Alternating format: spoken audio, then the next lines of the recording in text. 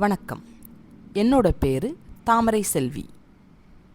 இன்னைக்கு நம்ம கேட்டுக்கிட்டு இருக்கிற கதை தூக்கு தூக்கி. வாங்க கதைக்குள்ள போகலாம். சுந்தராங்கதனை பிடிச்சு கொடுத்தா போதிய சன்மானம் தரப்படும் அப்படிங்கிற விஷயத்த சுந்தராங்கதனோட 2 அண்ணன்களும் கேக்குறாங்க. அதை கேட்டதும் எப்படியாவது அவனை கண்டுபிடிச்சு கொடுத்து அவங்களுக்கு தேவையான பொண்ணையும் வாங்கிக்கலாம் அப்படின்னு பிளான் போடுறாங்க.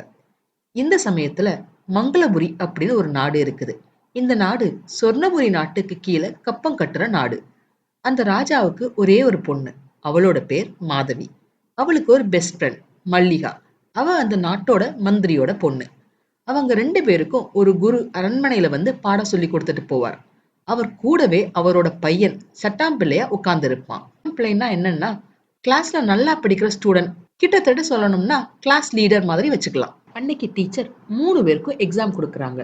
எக்ஸாம்னா நம்மளுக்கு வைக்கிற மாதிரி கொஸ்டின் பேப்பர் கொடுத்து ஆன்சர் எழுத சொல்றது இல்லைங்க. இந்த எக்ஸாம் ஒரு பாடலை கொடுத்து அதை இயற்றமிழ், இசைத்தமிழ், நாடகத்தமிழ் 3லயும் ஒவ்வொருத்தரையும் சொல்லி காட்ட சொல்றாங்க.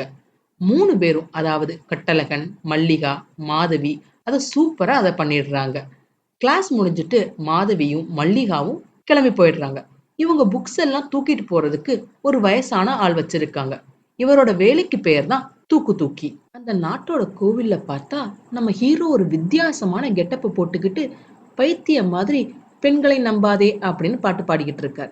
மாதவியும் மல்லிகாவும் கோயிலுக்கு சாமி கும்பிட வர்றாங்க. அவங்க வர்றதால எல்லாரையும் வழி விட்டு போக சொல்றாங்க, நம்ம ஹீரோவையும் சேர்த்து. ஆனா அதை கேட்காம யார் என்ன சொன்னாலும் அதை திரும்ப திரும்ப சொல்லிக்கிட்டு இருக்கார் நம்ம ஹீரோ.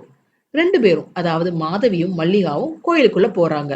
வீரர்கள் எவ்வளவோ தடுத்தும் அவங்கள தள்ளி விட்டுட்டு இவரும் அவங்க பின்னாடியே போயிடுறார். உள்ள அங்க அம்மனை பார்த்து மாதவியும் மல்லிகாவும் பாட்டு பாடுறாங்க. அவங்க பாடுற அதே வரிகளை இவரும் அப்படியே திரும்ப பாடுறார். இந்த பாட்டுல நீங்க சிவாஜியோட முக எக்ஸ்பிரஷனை பார்த்தே ஆகணும். பயங்கர கியூட்டா, அதே சமயம் காமெடியாவும் இருக்கும். சாமி கும்பிட்டு முடிச்சதுக்கு அப்புறமா இளவரசியும் அவங்க ஃப்ரெண்டும் அவங்க வந்த ரதத்துல ஏறி உட்காந்துக்கிறாங்க. இவரும் அவங்க பின்னாடியே போய் அந்த ரத ஓட்டி உட்கார்ந்திருந்த இடத்துக்கு பக்கத்துல போய் உட்கார்ந்துக்கிறாரு. அப்போ அங்க வந்து தூக்கு தூக்கி இறங்க சொல்றார். ஆனா இறங்காம அவர் சொன்னதையே திருப்பி இவரும் சொல்றார். ஒரு கட்டத்துக்கு மேல தாங்க முடியாம அந்த தூக்கு தூக்கி இளவரசி கிட்ட கம்ப்ளைண்ட் பண்றார். அதுக்கு இளவரசி பரவாயில்ல அவரும் வரட்டும் அப்படின்னு சொல்லிடுறாங்க. இந்த ஹோல் சீன் ஃபுல்லாவுமே யார் என்ன பேசினாலும் அதை திரும்ப அதே எக்ஸ்பிரஷனோட பேசிக்கிட்டு இருப்பார் நம்ம ஹீரோ. இந்த சமயத்துல மங்களபுரியோட ராஜா, ராணியன், அமைச்சர்கிட்ட குருவா இருக்கிறவர், எனக்கு ரொம்ப வயசாயிடுச்சு, அதனால என்னோட இடத்துக்கு என்னோட மகானை நியமிக்கணும், என்ன மாதிரியே அவனும் ரொம்ப திறமையானவன் அப்படின்னு சொல்லிக்கிட்டு இருக்கார். சரி, ஓகே அப்படின்னு சொல்லி அவனை இன்டர்வியூ பண்றார் மன்னர். கேட்கிற கேள்விக்கு எல்லாம் நல்லா பதில் சொல்லிடுறான். அதனால அவனையே டீச்சரா நியமிக்க ஒத்துக்கிறார் மன்னர். அந்த சமயத்துல கோவில்ல இருந்து மாதவியும் மல்லிகாவும் அந்த சபைக்குள்ள வராங்க. அவங்க பின்னாடியே ஹீரோவும் வர்றார். அவங்க பேசுறத திரும்ப திரும்ப பேசுறத பார்த்து ராஜாவுக்கும் மந்திரிக்கும் பயங்கர கோவம் வருது. உடனே மன்னர் இவனை சிறையில அடைங்க அப்படின்னு சொன்னதும் மாதவி, இல்லப்பா, வித்தியாசமா நினைக்காதீங்க, நான் விவரத்தை சொல்றேன் அப்படின்னு சொல்றாங்க. ஆனா அதையும் அவர் திரும்ப சொல்றத பார்த்து, அப்பா இவன் ஒரு பைத்தியம், நம்ம சொல்றதையே திரும்ப சொல்லுவான் அப்படின்னு சொல்றாங்க 2 பேரும். பைத்தியத்தை எதுக்குப்பா கூட்டிட்டு வந்த அப்படின்னு ராஜா கேக்குறார். அதுக்கு மாதவி, பைத்தியமா இருந்தாலும் ரொம்ப இனிமையா பாடுறாருப்பா அப்படின்னு சொல்றாங்க. உடனே ராஜா, சரி பாட்டு பாடு அப்படின்னு சொன்னதும் அதை கேட்காம அவர் சொன்னதையே திரும்பி அவரும் சொல்றார். சரி, இவரை பாட வைக்கிறதுக்காக மாதவியும் மல்லிகாவும் டான்ஸ் ஆடி பாட்டு பாடுறாங்க. அதை அப்படியே அவரும் திரும்ப பாட்டு பாடி டான்ஸ் ஆடுறார். மாதவி அவங்க அப்பா கிட்ட, நம்ம அரண்மனை வைத்தியர் மூலமா இவருக்கு வைத்தியம் செஞ்சா இவருக்கு கண்டிப்பா குணமாயிடும் அப்படின்னு சொல்லி அவங்க அப்பா கிட்ட பெர்மிஷன் கேட்கிறா. அதுக்கு மன்னர் ஒத்துக்கிறார். 2 காவலாளிகளை விட்டு நம்ம ஹீரோவை வைத்தியர்கிட்ட கூட்டிட்டு போற சொல்றாங்க. வைத்தியர் அவருக்கு வைத்தியங்கிற பேர்ல என்னெல்லாமோ பண்றாரு. அப்ப மாதவியும் மல்லிகாவும் அங்க வர்றாங்க. அவர் பண்ற கொடுமையெல்லாம் பார்த்துட்டு, நீங்க பண்றத பார்த்தா வைத்தியம் மாதிரி தெரியல, பரலோகத்துக்கு அனுப்புற மாதிரி இருக்கு அப்படின்னு சொல்றாங்க. அதுக்கு வைத்தியர், இது பயங்கரமான கிளிப்பிள்ளை வாதங்க அப்படின்னு சொல்றார். அதுக்கு இளவரசி, அவருக்கு கஷ்டம் கொடுக்காத முறையில வைத்தியம் பண்ண முடியுமா அப்படின்னு கேக்குறாங்க. முடியும், ஆனா ரொம்ப டைம் ஆகும் அப்படின்னு சொல்றார் வைத்தியர். பரவாயில்ல, அப்படியே செய்யுங்க அப்படின்னு சொல்லிட்டு அங்க இருந்து கிளம்பிடுறாங்க மாதவியும் மல்லிகாவும். இந்த சமயத்துல மதிவாணன் ஹீரோவை தேட சொல்லி அனுப்பிச்ச ஆள் எல்லா இடத்துலயும் தேடிட்டு கிடைக்கல அப்படின்னு வந்து சொல்றார். சரி, இனி நானே தேடுறேன் அப்படின்னு சொல்லிட்டு, நான் தேடுற விஷயம் யாருக்கும் தெரியக்கூடாது அப்படின்னு சொல்லிட்டு கிளம்புறார் மதிவாணன். மங்களபுரியில மாதவியும் மல்லிகாவும் பேசிக்கிட்டு இருக்காங்க. மாதவி, அவர் பைத்தியமா இருந்தாலும் எவ்வளவு கலையா அழகா இருக்கார் அப்படின்னு ரசிச்சுக்கிட்டே சொல்லிக்கிட்டு இருக்காங்க. அதுக்கு மல்லிகா, அந்த பைத்தியத்தை விட உனக்கு தான் முதல்ல பைத்தியத்துக்கு வைத்தியம் பார்க்கணும் போல இருக்கே அப்படின்னு கிண்டல் பண்றாங்க. அதுக்கு இளவரசி, இப்ப அவர் கொஞ்சம் தெளிஞ்ச மாதிரி தெரியல அப்படின்னு மல்லிகாட்ட கேக்குறாங்க. அதுக்கு மல்லிகா, ஆமா அதனாலதான் மருத்துவர் நாளைக்கே வெளியே அனுப்பிடலாம் அப்படின்னு சொல்லியிருக்கார் அப்படின்னு அவங்க சொன்னதும் இவங்க பதறி போய், இல்ல இல்ல சொல்றத திரும்ப அவர் சொல்றது இல்ல, ஆனா கேட்ட கேள்விக்கு பதில் எதுவும் சொல்றது இல்லையே, அப்புறம் எப்படி வெளியே அனுப்ப முடியும் அப்படின்னு கவலையா சொல்றாங்க. அதுக்கு மல்லிகா பதில் எதுவும் சொல்லாம, நம்ம கிளாஸுக்கு டைம் ஆயிடுச்சு வா அப்படின்னு சொல்றாங்க. சொல்லிட்டு தூக்கு தூக்கி அப்படின்னு கூப்பிடுறாங்க. அப்ப தூக்கு தூக்கிங்க அவருக்கு பழைய இருந்த அந்த வயசானவருக்கு பதில் நம்ம ஹீரோ வந்து நிக்கிறாரு. சரி நீயே தூக்கிட்டு வா அப்படின்னு சொல்லிட்டு முன்னாடி மாதவியும் மல்லிகாவும் நடக்க, பின்னாடி புக்ஸ தூக்கிட்டு ஹீரோ அவங்கள ஃபாலோ பண்ணிக்கிட்டு போயிட்டு இருக்காரு.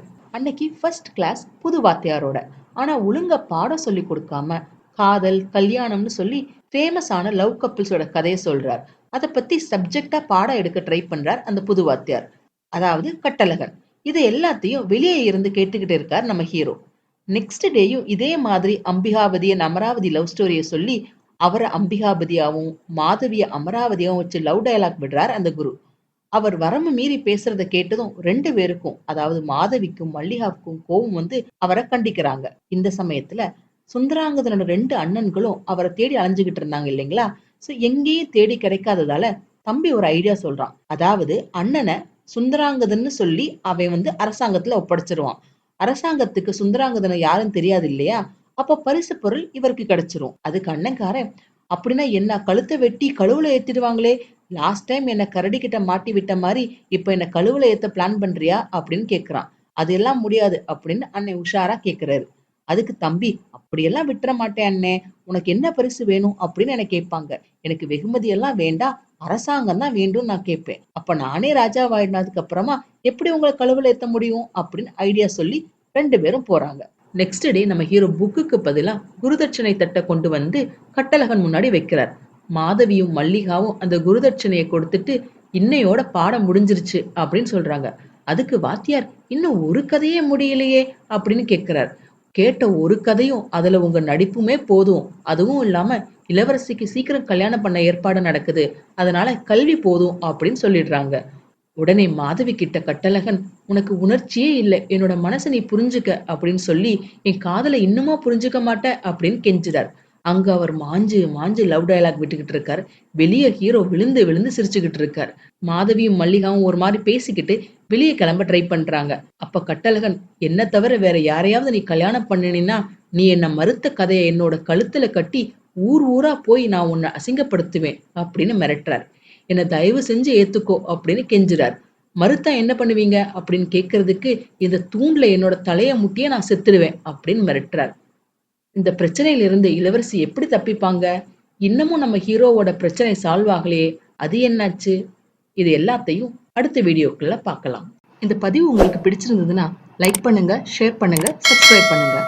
நான் போடுற வீடியோஸ் உடனுக்குடன் உங்களுக்கு தெரிஞ்சுக்கிறதுக்காக நோட்டிபிகேஷன் பெல்லையும் கிளிக் பண்ணுங்க. என்னங்க, கதை சுவாரஸ்யமா போய்கிட்டு இருக்கா? மிச்ச கதையை அடுத்து வரும் பதிவுகள்ல கேட்கலாம். நன்றி, வணக்கம்.